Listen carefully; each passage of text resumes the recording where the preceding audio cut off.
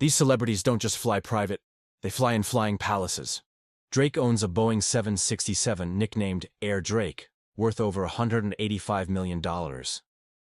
Cristiano Ronaldo travels in a Gulfstream G650, one of the fastest jets in the world. Elon Musk uses a Gulfstream G700 with high-tech sleeping pods.